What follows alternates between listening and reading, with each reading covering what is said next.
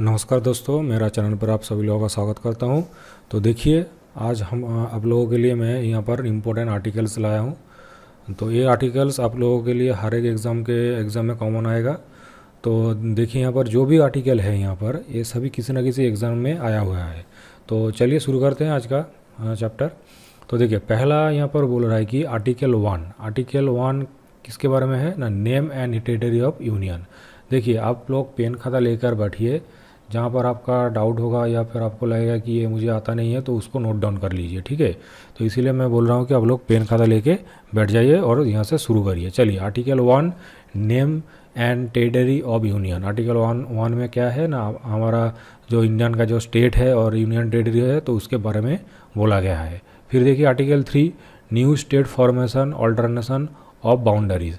देखिए, यहाँ पर हमारा जितना भी आर्टिकल है वहाँ उसमें से चुन चुन कर वही आर्टिकल मैं आप लोगों के सामने लाया हूँ जो एग्ज़ाम में बार बार आ रहा है या फिर आने वाला है, ठीक है। तो इसीलिए मैं आप लोगों के सामने सिर्फ चुना हुआ आर्टिकल ही लाया हूँ।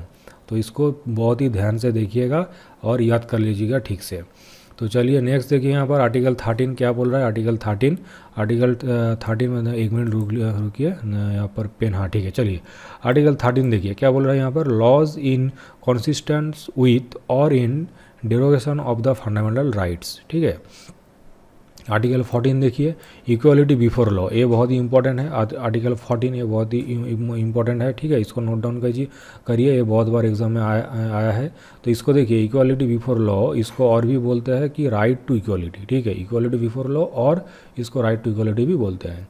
आर्टिकल 15 देखिए, prohibition of discrimination on basis of religion, race, caste, sex और प्लेस ऑफ बर्थ, ठीक है।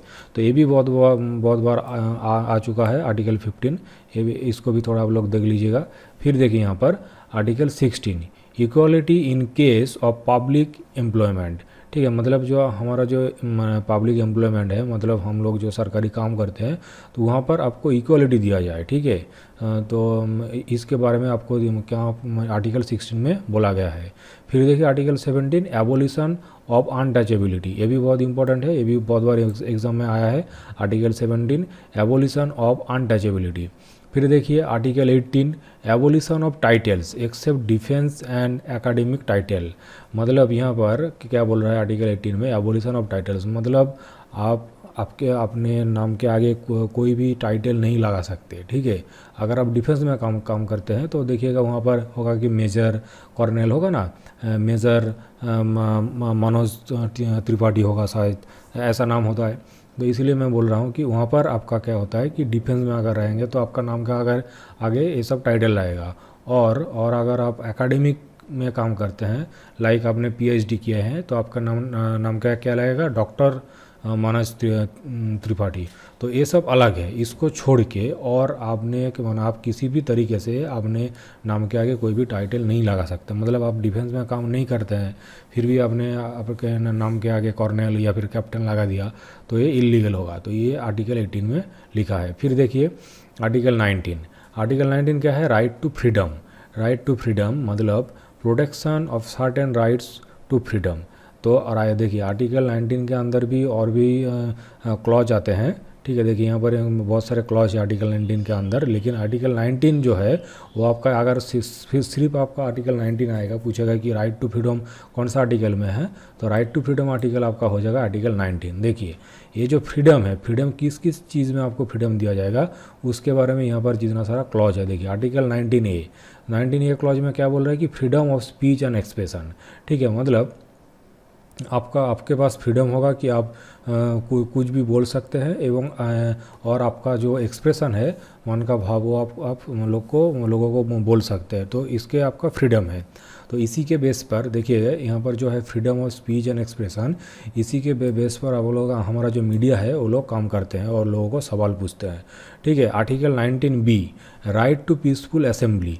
मतलब हमारा जो निर्वाचन होता है, देखिए जब लोकसभा निर्वाचन होगा या फिर पंचायत इलेक्शन हो, जो भी इलेक्शन होता है, तो इलेक्शन में जो उन्होंने यहाँ पर बोला है कि पीसफुल इलेक्शन होना चाहिए।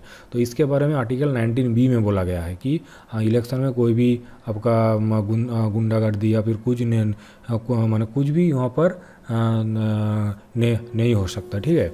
वहाँ पर कुछ भी झमेला या पर कोई वहाँ पर आके मारपीट करेगा, ऐसा नहीं हो सकता। तो यहाँ पर पीसफुल असेंबली के लिए बोला गया है 19B में। फिर देखिए article 19C freedom of association, ठीक है। फिर देखिए 19D right to move freely through India, मतलब आप आर्टिकल 19 क्लॉज डी के अंदर माने इसके तहत आप लोग इंडिया में कहीं भी घूम सकते हैं, आ जा सकते हैं, ठीक है। इसके लिए आपको कोई भी रोक नहीं सकता, कोई भी आपको नहीं बोल सकते कि आप वहाँ पर नहीं जा सकते हैं। लेकिन हाँ, कुछ पार्ट ऐसा है कि वहाँ पर जो होगा, जैसे कि आप देखिए कि आप जम्मू कश्मीर में चले गए घूमने के लिए और वहाँ पर आपका टेरर अटैक हो गया, तो उस पार्ट में तो आपको घुसने नहीं देगा, तो वहाँ पर लॉ एंड ऑर्डर लगेगा। तो इसलिए उसको छोड़ के उतना, वो तो हर जगह तो कुछ ना कुछ रहता है, तो उसको छोड़ के आप इंडिया में कहीं भी जाइए। सपोज आपने पकड़ लिया, आपने यूपी में कहीं घूमने गया है और वहाँ पर अच्छा हमने वहाँ पर आपने जाके देखा कि वहाँ पर कोई टेरर अटैक हो रहा है, वहाँ पर कोई लॉ एंड ऑर्डर लगा हुआ है, तो उस जगह को छोड़ के आप अदर्स जगह जा सकते हैं, वहाँ पर तो आप जा नहीं सकते। तो माने इसी के तहत यहाँ पर आर्टिकल 19D के तहत right to move freely through India होता है, ठीक है। चलिए देखिए 19E में क्या बोल रहा है, freedom of settlement and residence, मतलब आप कहीं भी रह सकते हैं, तो उसके लिए आपका फ्रीडम होगा, तो freedom of settlement and residence. फिर देखिए 19F right to own personal property, मतलब आप खुद का प्रॉपर्टी रख सकते हैं, उसको लिए मानो उसका आपका राइट होगा उसके, ठीक है। फिर देखिए 19G क्या बोल रहा है, freedom to practise any profession, occupation, trade और बिजनेस, मतलब आप कोई भी प्रोफेशन के लिए प्रैक्टिस कर सकते हैं, आप खुद का बिजनेस भी कर सकते हैं, कोई कुछ ऑक्यूपेशन भी करना, कोई भी आपका उसके ऊपर आपका फ्रीडम है, कोई आपको रोकेगा नहीं या फिर टोकेगा नहीं कि आप ये नहीं कर सकते, इसके लिए आपका कोई आपको नहीं रोक सकता है, ठीक है।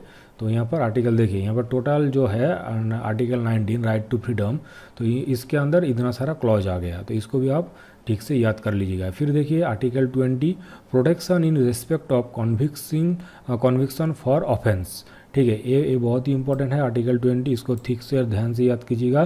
क्या बोल रहा है कि protection in respect of conviction for offences, मतलब कि जो देखिए क्या होता है कि आपका क्या बोलूँ, जो देखिए क्रिमिनल अगर होगा, कोई भी अगर क्रिमिनल को पकड़ लिया जाए तो उसको पकड़ के तुरंत ही उसको सज़ा नहीं देता, ठीक है। उसको पहले पकड़ता है, फिर उसके ऊपर कार्रवाई होता है, उसको खुद के माने वो जो बोलेगा, तो जो जिसको भी क्रिमिनल को पकड़ेगा वो बोलेगा कि मैं तो बेकसूर हूँ, मुझको ऐसे ही उठा लेके गया, तो वो जो बोल रहा है कि मैं बेकसूर हूँ, तो उसको साबित करने के लिए उसको टाइम ही दिया जाता है।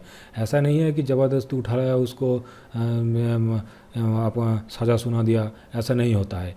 तो ये किसके तहत होता है ना, आर्टिकल 20 के तहत होता है कि उसको भी राइट होगा, उसके पास भी राइट होता है कि वो अपना खुद का बेगुनाही साबित कर सके।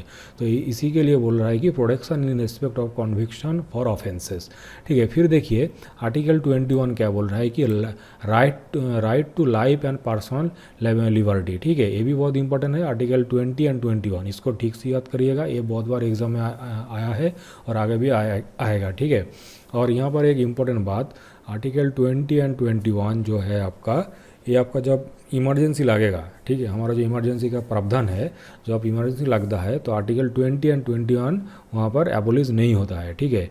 जब इमरजेंसी लगेगा, जब आपका स्टेट के अंदर इमरजेंसी लगेगा, तो जो जितना भी आर्टिकल है सब एबोलिश हो जाता है, तो वहाँ पर कोई भी आपका अधिकार नहीं होता है सिवाय आर्टिकल 20 एंड 21 को छोड़ के। मतलब अगर देखिए आगे अगर आर्टिकल 20 इमरजेंसी के टाइम माने अगर उठ जाए तो क्या होगा कि किसी को भी पुलिस पकड़ लेगा और उसको सज़ा दे देगा, तो इसीलिए इसको नहीं हटाया जा सकता जबकि आपका इमरजेंसी लागू होगा। तो आर्टिकल 20 एंड 21, ठीक है, ठीक से याद करिएगा। फिर देखिए आर्टिकल 21 राइट टू एडुकेशन, ठीक है। आर्टिकल 21 में क्या है ना, राइट टू एडुकेशन का भी राइट है, किसमें, आर्टिकल 21 में। फिर देखिए article 23 prohibition of human trafficking and force labour, article 23 में इसके बारे में दिया गया है। फिर देखिए article 24 prohibition of child labour, देखिए हर साल पहला मई जो होता है आपका मई दिवस होता है, चाइल्ड लेबर के बारे में सेलिब्रेट किया जाता है, लेकिन देखिए उसके बारे में जो है आर्टिकल 24 में दिया गया है कि प्रोहिबिशन ऑफ चाइल्ड लेबर के बारे में प्रोहिबिशन है आर्टिकल 24 में। फिर देखिए राइट अगेंस्ट एक्सप्लॉयशन, हाँ यहाँ पर देखिए जो आर्टिकल 23 एंड 24 है इसको एक साथ क्या बोलता है, राइट अगेंस्ट एक्सप्लॉयशन। तो फिर देखिए आपका अगर एग्जाम में आ जाए कि ये कौन सा आर्टिकल होगा, राइट अगेंस्ट एक्सप्लॉयशन, तो इसको एक साथ इसका आंसर होगा आर्टिकल 23 एंड 24। या फिर आपका ऑप्शन में अगर सिर्फ आर्टिकल 23 रहेगा और वहाँ पर कोई ऑप्शन नहीं रहेगा तो आर्टिकल 23 राइट होगा। या फिर ऑप्शन में आपका सिर्फ आर्टिकल 24 रहेगा और अदर्स जो भी ऑप्शन है वो अलग अलग होगा तो वहाँ पर 24 सही होगा। या फिर आपका दोनों ही आर्टिकल दिया रहेगा कि अगर समझ लीजिए कि ऑप्शन ए में आर्टिकल 23 है, ऑप्शन बी में आर्टिकल 24 है, तो आपका दोनों बोथ राइट हो जाएगा। ठीक है, तो इसको ठीक से याद कर लीजिएगा, राइट अगेंस्ट एक्सप्लॉयशन। फिर देखिए article 25 freedom to practise and propagate religion freely. ठीक है, फिर देखिए article 29 protection of interests of minorities. ठीक है, ये भी बहुत इंपॉर्टेंट है आर्टिकल 29। फिर देखिए article 30 right for minorities to establish and administrator educational institute. हाँ देखिए इसके तहत क्या होता है कि हमारा जो मद्रासा इंस्टीट्यूट है तो इसके तहत बनाया जा रहा है। ठीक है, आर्टिकल जो 30 है, आर्टिकल 30 बोल रहा है कि right for minorities to establish and administrator educational institution, मतलब माइनॉरिटीज़, हमारा देश में जो माइनॉरिटीज़ है उसको हक है कि वो अपना खुद का इंस्टीट्यूट बना सकता है और उसमें पढ़ाई कर सकता है। तो जो हमारा यहाँ पर जो मद्रासा इंस्टीट्यूट बन रहा है तो आर्टिकल 30 के तहत ही हो रहा है। ठीक है, आर्टिकल 32 ये बहुत ही इंपॉर्टेंट है, इसको आपने आप लोग ठीक से याद करिएगा। आर्टिकल 32 बहुत बार आ चुका है एग्जाम में। यहाँ पर क्या बोल रहा है देखिए, remedies for enforcement of fundamental rights including reads. ठीक है, हमारा जो रीड्स होता है आपका, हम लोगों का कितना रीड्स है, हमारा 5 रीड्स है। ठीक है, तो इसको जो है तो रेमिडीज़ है, remedies for enforcement of fundamental rights including reads. ठीक है, तो आर्टिकल 32 को सोल ऑफ कॉन्स्टिट्यूशन भी बोला जाता है, सोल ऑफ कॉन्स्टिट्यूशन, ये बहुत ही इंपॉर्टेंट है, इसको ठीक से याद करिएगा। इसको रेमिडीज़ बोला जाता है, रेमिडीज़ कॉन्स्टिट्यूशन हमारा जो फंडामेंटल राइट है, फंडामेंटल राइट का रेमिडीज़ है। ठीक है, रीट के अगेंस्ट रीट्स। ठीक है, और ये सोल ऑफ कॉन्स्टिट्यूशन भी इसको बोला जाता है। फिर देखिए आर्टिकल 44 क्या बोल रहा है, uniform civil code. Uniform civil code के बारे में आर्टिकल 44 में बोला गया है, जो कि आपका डीपीएसपी के अंडर आता है। ठीक है, director principle of state policy. ठीक है, तो ये आपका आ गया आर्टिकल 44।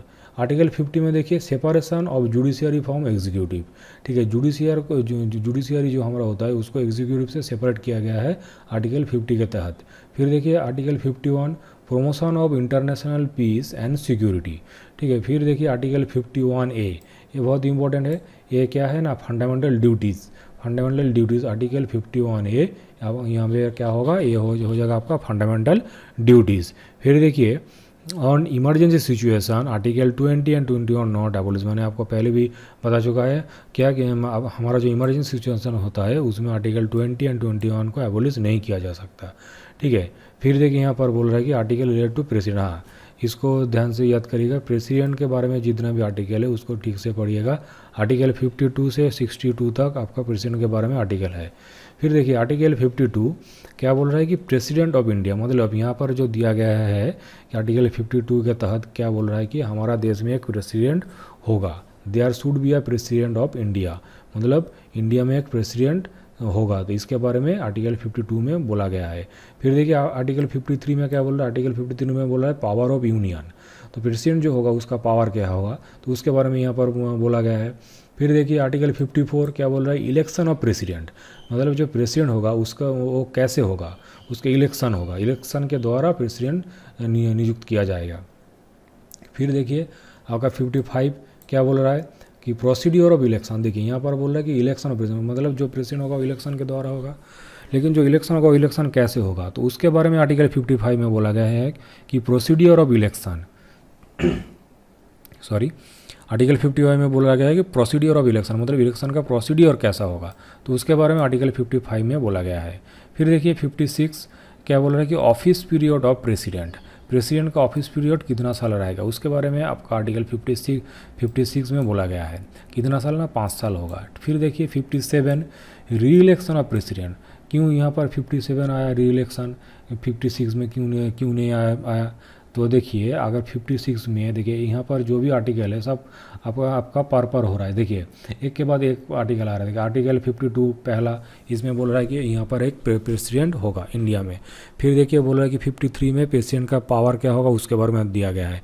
फिर वहाँ पर उसके बाद क्या आया 54, उसमें क्या होगा ना, इलेक्शन, प्रेसिडेंट जो होगा वो इलेक्शन के द्वारा होगा। फिर देखिए क्या बोल रहा है कि 55 इलेक्शन कैसे होगा उसके बारे में बोला गया है। आप ऐसे भी याद कर सकते हैं। देखिए 52 से 62 तक आपका प्रेसिडेंट के बारे में है, सब एक के बाद एक ही आ रहा है। देखिए उसके बाद 56 ऑफिस पीरियड पे आपका तो इलेक्शन हो गया, प्रेसिडेंट भी चूज़ हो गया, तो उसके बाद क्या होगा, उसका ऑफिस कैसे होगा उसके बारे में बोला गया 56। फिर देखिए 57 यहाँ पर क्या होगा कि ऑफिस पीरियड मतलब 5 साल उसका कंप्लीट हो गया, तो उसके बाद क्या होगा, उसके बाद प्रेसिडेंट री इलेक्ट होगा। तो इसलिए यहाँ पर बोल रहा है कि री इलेक्शन ऑफ प्रेसिडेंट। आर्टिकल 57 में क्या बोल रहा है कि री इलेक्शन ऑफ प्रेसिडेंट, मतलब प्रेसिडेंट को री इलेक्ट किया जाएगा। ठीक है, तो यहाँ पर एक बात आप ठीक से समझ लीजिए कि हमारे यहाँ पर क्या होता है कि इंडिया में अगर एक आदमी एक बार प्रेसिडेंट बन गया तो दोबारा भी बन सकता है। वो किसी भी मतलब वो हर चुनाव में वो खड़ा हो सकता है। ऐसा नहीं कि एक बार प्रेसिडेंट हो गया तो और खड़ा नहीं हो सकता, ऐसा नहीं है। लेकिन यूएसए में होता है, यूएसए में जो प्रेसिडेंट होता है वो सिर्फ 4 साल का लिए होता है, 4 साल। ठीक है, हमारे यहाँ पर जो प्रेसिडेंट होता है 5 साल, लेकिन यूएसए में जो प्रेसिडेंट होता है वो 4 साल के लिए होता है, 4 साल के लिए।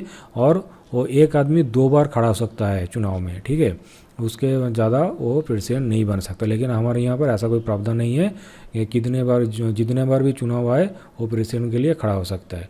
तो ये हो गया आपका री इलेक्शन ऑफ प्रेसिडेंट। फिर यहाँ पर देखिए आर्टिकल 58 में क्या है, क्या बोले, क्वालिफिकेशन ऑफ प्रेसिडेंट, मतलब प्रेसिडेंट बनने के लिए आपका क्या क्वालिफिकेशन चाहिए। ठीक है, क्वालिफिकेशन लगता है, ऐसा नहीं है कि कोई भी आके प्रेसिडेंट हो जाए, ऐसा नहीं हो सकता। प्रेसिडेंट बनने के लिए आपको क्वालिफाई करना पड़ता है, आपको क्वालिफिकेशन लगता है। ठीक है, फिर देखिए 59 में क्या बोल रहा है, condition of president office period. ठीक है, देखिए यहाँ पर क्या बोल रहा था 56 में ऑफिस पीरियड बोल रहा है, यहाँ पर बोल रहा है कंडीशन ऑफ ऑफिस पीरियड, मतलब ऑफिस पीरियड का कंडीशन कैसा होगा। ठीक है, वो आपका 59 में है।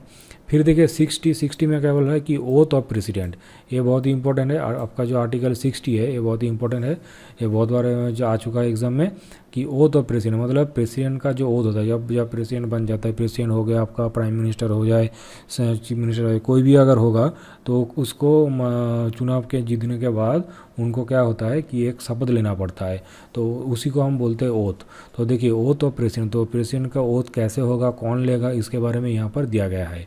फिर देखिए आर्टिकल 61 में क्या बोल रहा है कि इम्पीचमेंट ऑफ प्रेसिडेंट, मतलब इम्पीचमेंट ऑफ प्रेसिडेंट का मतलब क्या होता है, इम्पीचमेंट ऑफ प्रेसिडेंट का मतलब होता है कि आपका जो प्रेसिडेंट को अगर उसके पोस्ट से बर्खास्त करना है या फिर प्रेसिडेंट को अगर वहाँ से हटाना है तो उसके लिए इम्पीचमेंट लाना पड़ेगा। ठीक है, सिर्फ इम्पीचमेंट के द्वारा ही आप प्रेसिडेंट को हटा सकते हैं।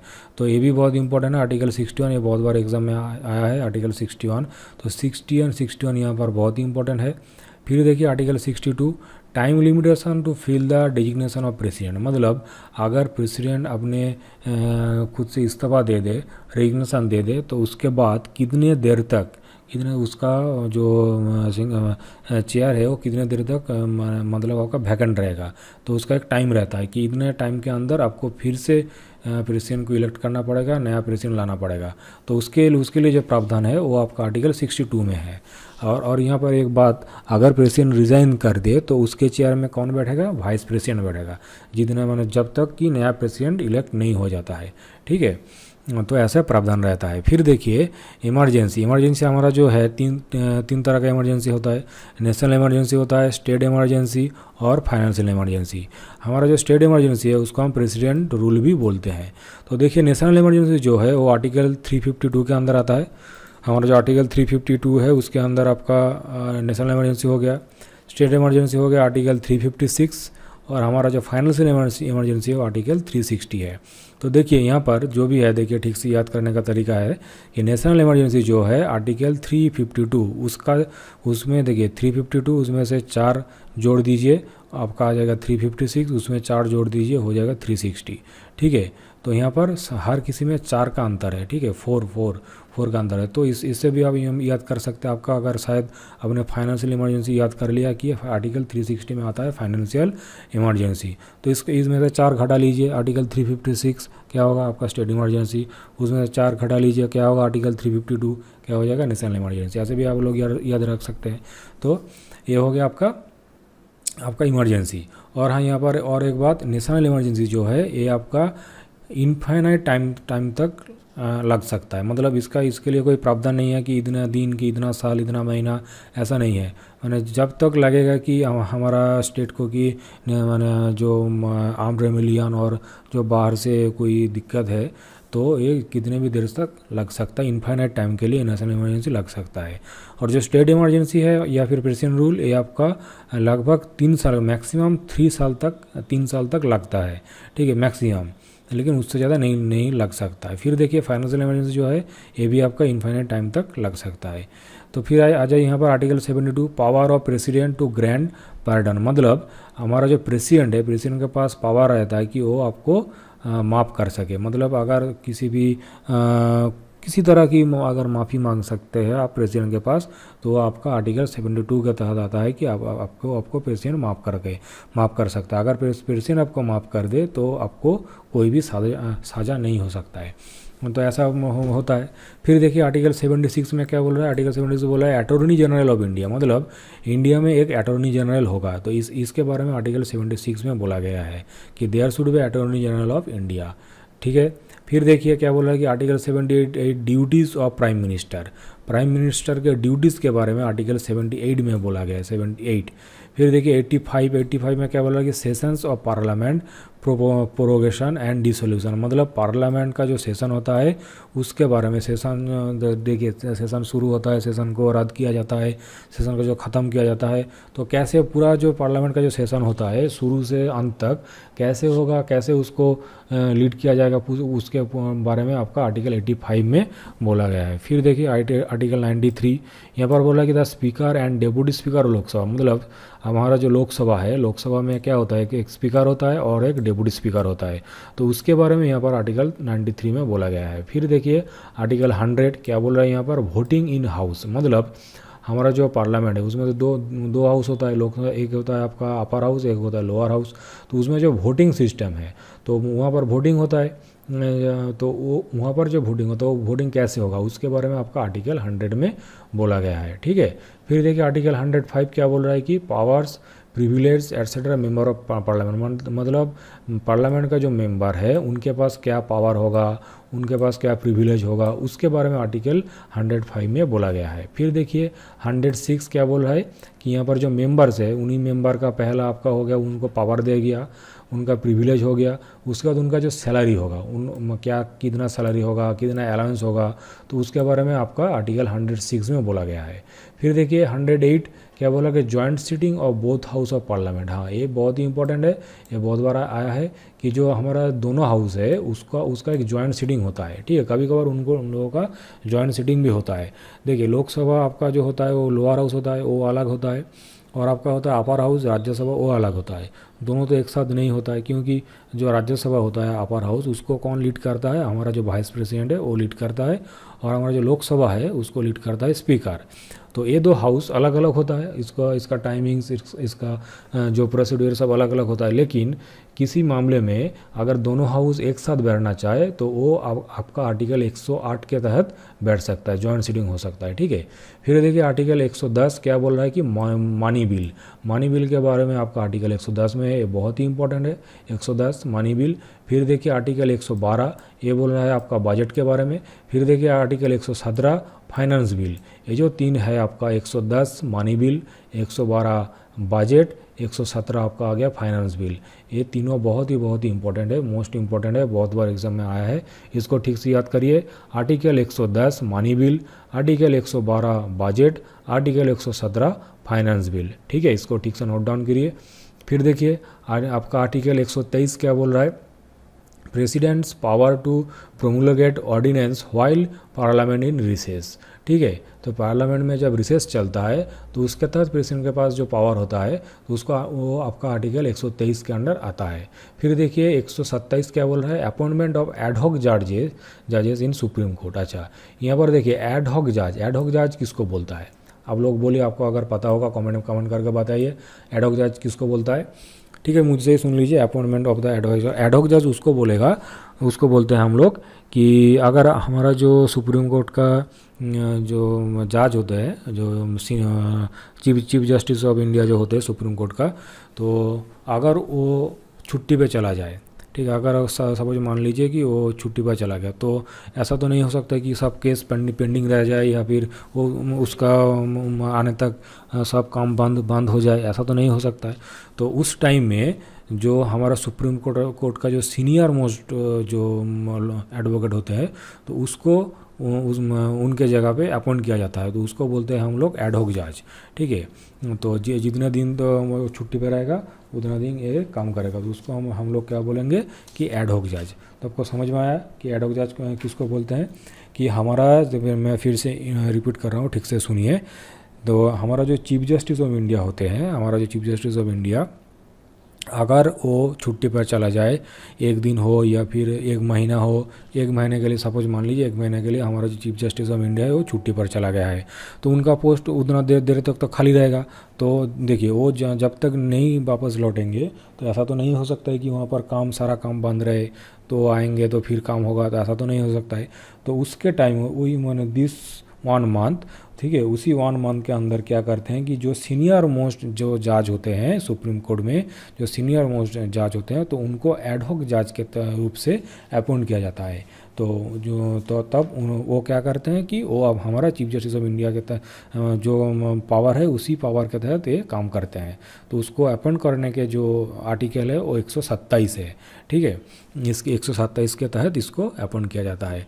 फिर देखिए आर्टिकल 139 क्या बोल रहा है कि supreme court powers to issue certain writs. हाँ देखिए, सुप्रीम कोर्ट के पास पावर होता है रीट जारी करने के लिए, तो ये आपको बोला गया है आर्टिकल 139 में क्या बोल रहा है कि supreme court powers to issue writs. लेकिन यहाँ पर एक ट्विस्ट है कि यहाँ पर देखिए, यहाँ पर सिर्फ प्रावधान है, यहाँ पर बोल रहा है कि सुप्रीम कोर्ट यहाँ पर रीट जारी कर सकता है। सिर्फ इसी लाइन के ये आपका हो जाएगा 139 आर्टिकल, इसमें सिर्फ बोल रहा है कि supreme court powers to issue writs, लेकिन इसके तहत सुप्रीम कोर्ट रीट नहीं कर सकते जारी। ठीक है, सुप्रीम कोर्ट जो रीट जारी करते हैं वो हम लोग बाद में देखेंगे, उसके बाद आएंगे।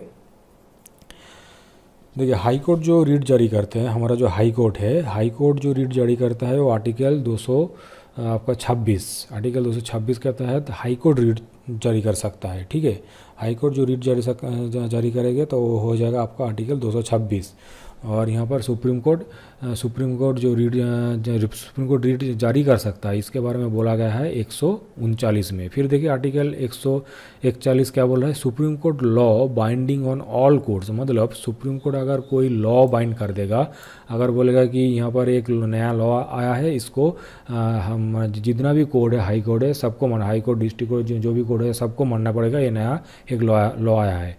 तो ये तो हमारा जो डिस्ट्रिक्ट कोर्ट हो जाए या फिर हाई कोर्ट हो जाए, वो लोग बोलेगा तो हम तो नहीं मानेंगे। आप बोल दिया, हम कैसे माने, क्यों माने हम? तब सुप्रीम कोर्ट बोलेगा, देखिए यहाँ पर आर्टिकल 141 में बोला गया है कि सुप्रीम कोर्ट अगर कोई भी लॉ जारी करेगा तो उसको जितना भी कोर्ट है वो मानने के लिए बाध्य हो जाएगा। देखिए यहाँ पर बाइंडिंग है, मैंडेटरी है, मानना ही पड़ेगा उनको। ठीक है, ये हो जाएगा आपका 141 के अंदर। फिर देखिए आपका आर्टिकल 148 क्या बोल रहा है कि controller and auditor general of India. मतलब यहाँ पर बोल रहा है कि there should be a controller and auditor general of India. तो इसके तहत बोल रहा है कि हमारा इंडिया में, देश में, कंट्री में कि एक कंट्रोलर एंड ऑडिटर जनरल होगा। फिर देखिए 155 क्या बोल रहा है कि अपॉइंटमेंट ऑफ गवर्नर। ठीक है, गवर्नर को जो अपॉइंट करता है वो आर्टिकल 155 में बोला गया है। 155 में क्या बोल रहा है कि अपॉइंटमेंट ऑफ गवर्नर।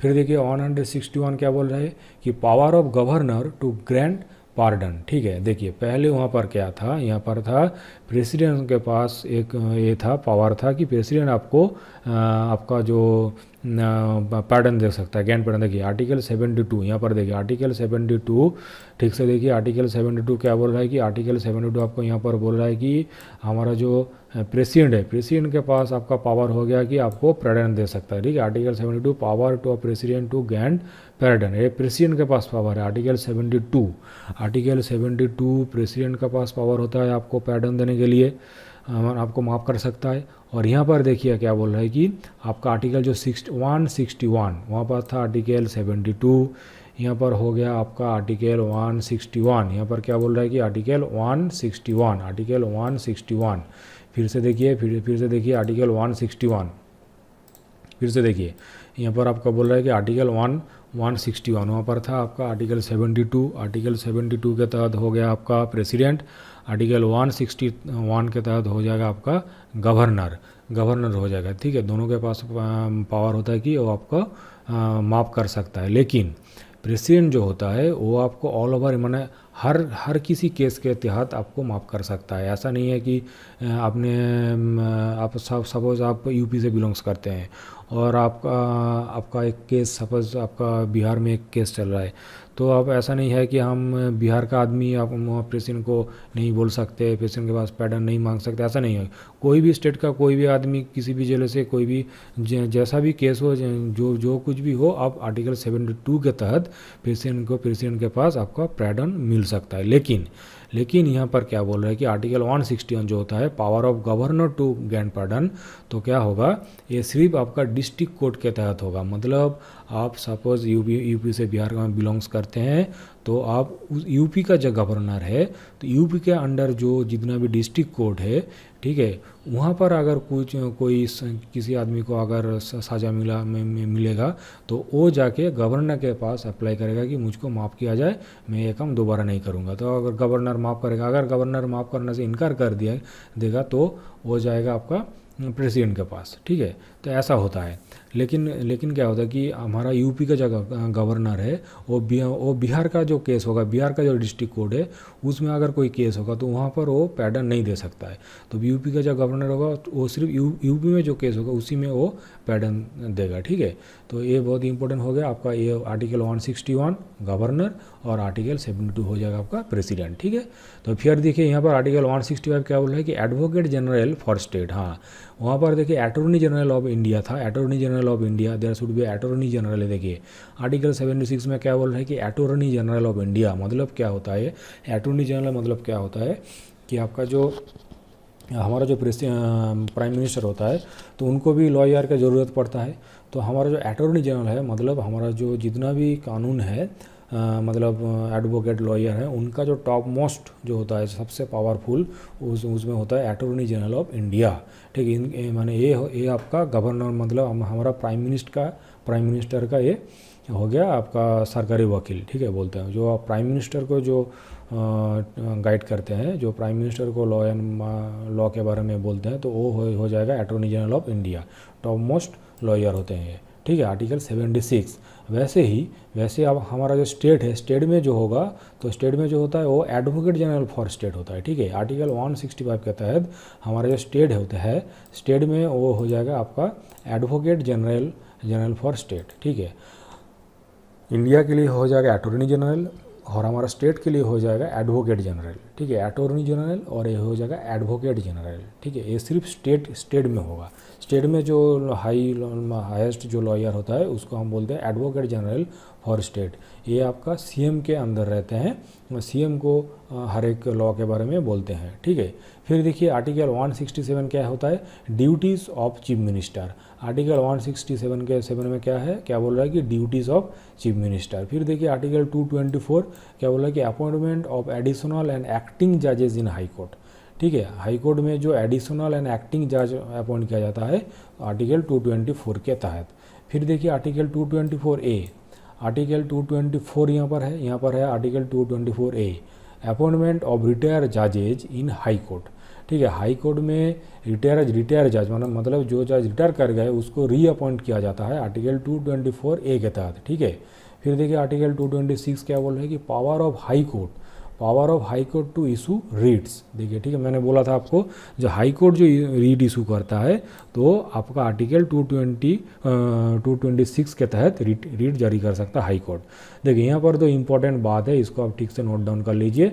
यहाँ पर क्या बोल रहा है कि supreme court issue writ against only fundamental rights. ठीक है, हमारा जो सुप्रीम कोर्ट है उसके पास सिर्फ यानी एक ही उसके पास पावर है रीट जारी करने का, तो वो सिर्फ फंडामेंटल राइट के तहत रीट जारी कर सकता है। ठीक है, रीट्स जो होता है हमारा जो 5 रीट्स है तो वो आपका सिर्फ फंडामेंटल राइट के तहत ही रीट जारी कर सकता है। और हमारा जो हाई कोर्ट है वो दोनों में ही रीट जारी कर सकता है, fundamental rights and legal rights both.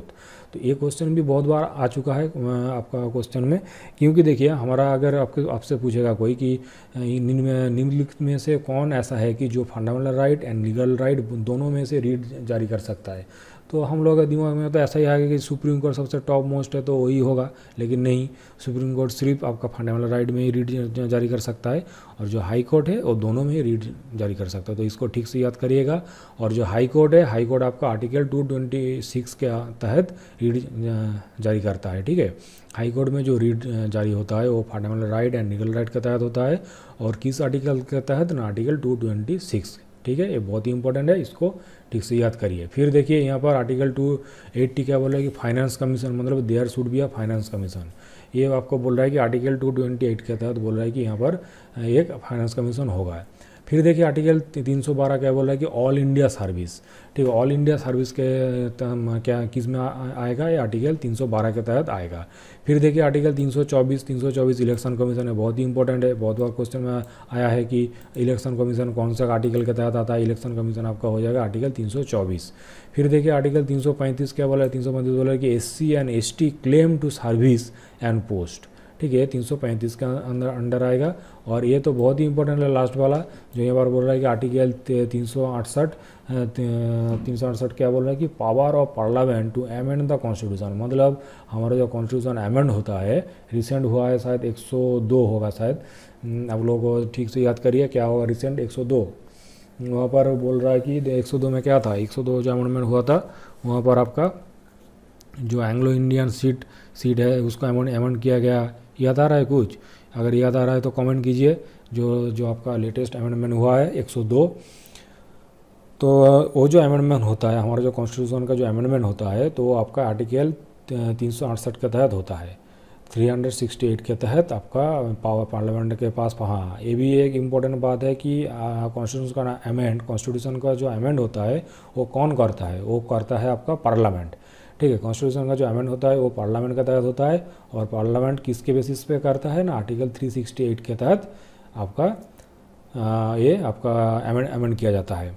ठीक है, तो बस यही तक था, यही सब आपका बहुत ही इंपॉर्टेंट। देखिए यहाँ पर जितने भी आपको पढ़ाया गया हो ये बहुत ही इंपॉर्टेंट है, किसी न किसी एग्ज़ाम में बहुत बार आया है और आगे भी आएगा ये सब आर्टिकल्स। ठीक है, अगर आप पूरा आर्टिकल पढ़ सकते हैं तो बहुत ही अच्छा है आप लोग आपके लिए, लेकिन आप सिर्फ कुछ आर्टिकल चुन के पढ़ना चाहता है कि हम इतना आर्टिकल पढ़ के क्या करेंगे, हाँ, तो उन लोगों के लिए ये बहुत ही इंपॉर्टेंट है। उन लोगों के लिए तो एक जड़ी बूटी हो गया।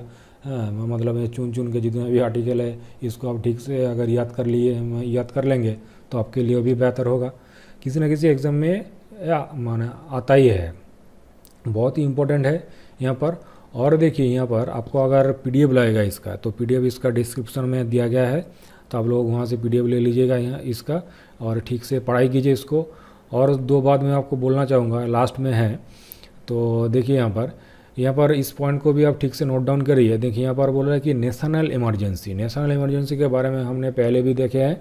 यहाँ पर नेशनल इमरजेंसी के बारे में क्या देखे हैं हम, वहाँ पर नेशनल इमरजेंसी क्या बोल रहा था कि नेशनल इमरजेंसी आपका अनलिमिटेड टाइम के लिए इशू हो सकता है। कि आर्टिकल कौन सा था, आर्टिकल 352 आर्टिकल 352 के तहत क्या था, नेशनल इमरजेंसी। आपका जो था स्टेट इमरजेंसी 356, और आपका जो फाइनेंशियल इमरजेंसी 360। तो यहाँ पर हमारा जो नेशनल इमरजेंसी है वो हमारा जो अभी तक 3 बार नेशनल इमरजेंसी लग चुका है इंडिया में। इसके बारे में क्वेश्चन बहुत बार आ चुका है कि हमारे देश में कितना बार इमरजेंसी नेशनल इमरजेंसी लगा है। हमारे यहाँ पर 3 बार नेशनल इमरजेंसी लगा है। कितना बार? 3 बार। पहला हुआ 1962 इंडो चाइना वार, नेक्स्ट हुआ आपका 1965 इंडो पाकिस्तान वार, फिर आपका 1975 से 1977 तक इंदिरा गांधी ने नेशनल इमरजेंसी लगाया था। इंदिरा गांधी ने जो नेशनल इमरजेंसी लगाया था उसके बाद नेशनल इमरजेंसी में भी एक अमेंडमेंट लाया गया था, ठीक है, आर्म्ड रेबेलियन करके। आपको अगर याद होगा तो इसको आपने कमेंट करके बताना है कि क्या हुआ था, ठीक है, कमेंट करिए मुझे। तो यहाँ पर देखिए तो 3 इमरजेंसी हो गया यहाँ पर।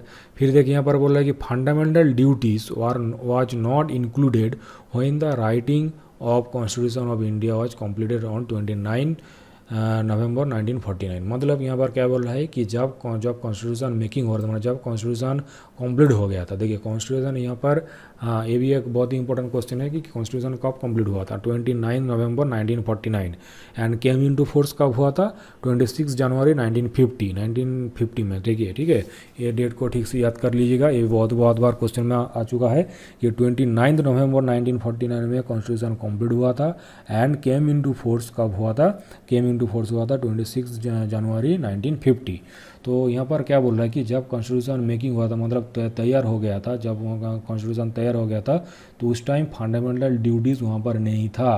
फंडामेंटल ड्यूटीज़ किस में है? आर्टिकल 51A, जो कि बाद में अमेंड करके बनाया गया था, ठीक है। फंडामेंटल ड्यूटीज़ पहले हमारा राइट टू फ्रीडम था, तो उसको वहाँ से हटाकर इसको अलग किया गया, आर्टिकल 51 में लाया गया, ठीक है। फंडामेंटल ड्यूटीज़ बाद में लाया गया, तो इसीलिए बोल रहा है कि जब आर्टिकल मेकिंग हो रहा था तो उस टाइम ये नहीं था। फिर देखिए the demand for constitution assembly was put forward by the INC in 1936 at Lucknow session. ये बहुत ही इंपॉर्टेंट है। यहाँ पर क्या बोल रहा है कि the demand for constitution assembly मतलब तब मान इंडियन कॉन्स्टिट्यूशन तब तो नहीं हुआ था। तो यहाँ पर बोले कि पहला जो कॉन्स्टिट्यूशन का जो आपका क्या बोले उसका जो डिमांड हुआ था, पहला कॉन्स्टिट्यूशन का डिमांड कहाँ से शुरू हुआ था? पहला हमारा जो कॉन्स्टिट्यूशन का डिमांड शुरू हुआ था वो 1936 में शुरू हुआ था, इंडियन नेशनल कांग्रेस का जो लखनऊ सेशन हुआ था वहाँ पर, ठीक है।